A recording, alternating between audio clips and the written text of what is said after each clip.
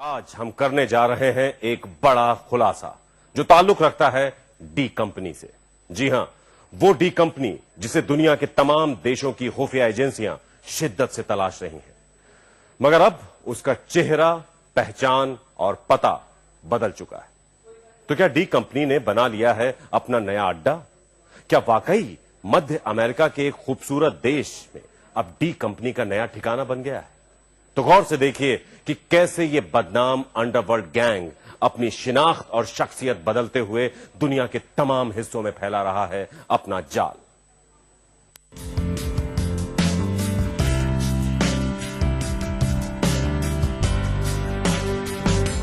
जन्नत जैसा एहसास कराने वाली ये खूबसूरत तस्वीरें उस मुल्क की हैं जिसे वास्तव में अमेरिका की जन्नत कहा जाता है।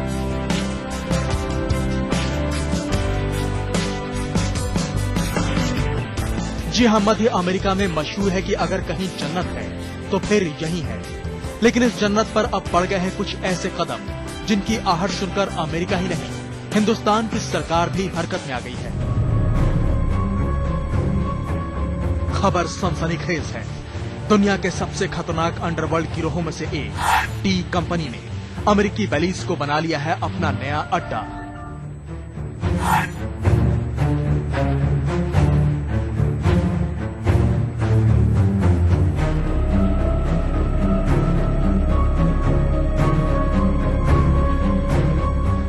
डी कंपनी के इस नए अड्डे का खुलासा तब हुआ जब भारतीय एजेंसियों को पता लगा कि दाऊद इब्राहिम के भाई अनीस इब्राहिम ने बेलीज देश का पासपोर्ट हासिल कर लिया है। इस पासपोर्ट का नंबर है A001407 और इस पासपोर्ट को इस्तेमाल किया अनीस इब्राहिम ने, यानी इस पासपोर्ट की बिना पर अनीस इब्राहिम ने बेलीज की नागरिकता ले ली। डी कंपनी की इस नई साजिश के पीछे था एक नया गेम प्लान। ये एक ऐसा गेम प्लान था जो अनीस ने बहुत सोच समझकर बुना था। इस गेम प्लान के जरिए अनीस का मकसद था अपनी पहचान को हमेशा के लिए बदल देने का। इस नई नागरिकता से अनीस इब्राहिम अपने खिलाफ मुंबई बम धमाकों के मुकदमों से बचना चाहता था। अनीस के खिलाफ इंटरपोल के नोटिस भी बेमानी साबित हो जाते। सूत्रों के मुताबिक अनीस इब्राहिम ने 2 सितंबर 1996 को ही भारतीय पासपोर्ट दुबई के काउंसुलेट में जमा करा दिए थे। उसके बाद से ही भारतीय एजेंसियों को शक हो गया था कि अनीस किसी दूसरे देश के पासपोर्ट पर पाकिस्तान और सऊदी अरब के सफर कर रहा है।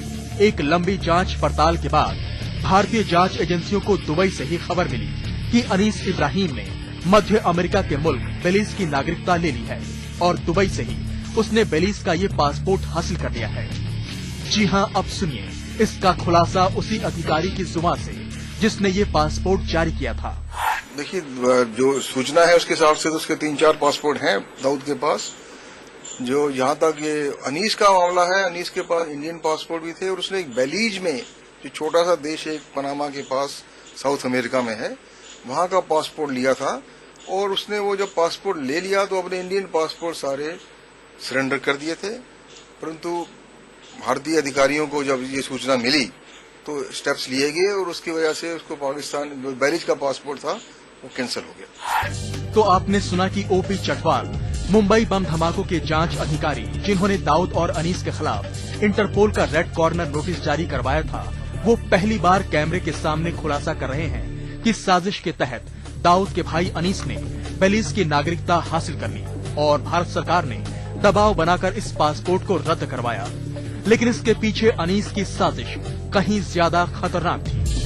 देखिए, ये गेम प्लान तो एक यही हो सकता है कि रेड कॉर्नर नोटिस से बचा जाए, क्योंकि उस जो रेड कॉर्नर नोटिस उसके अगेंस्ट इशू हुआ था तो उसकी नेशनलिटी इंडियन लिखी गई थी।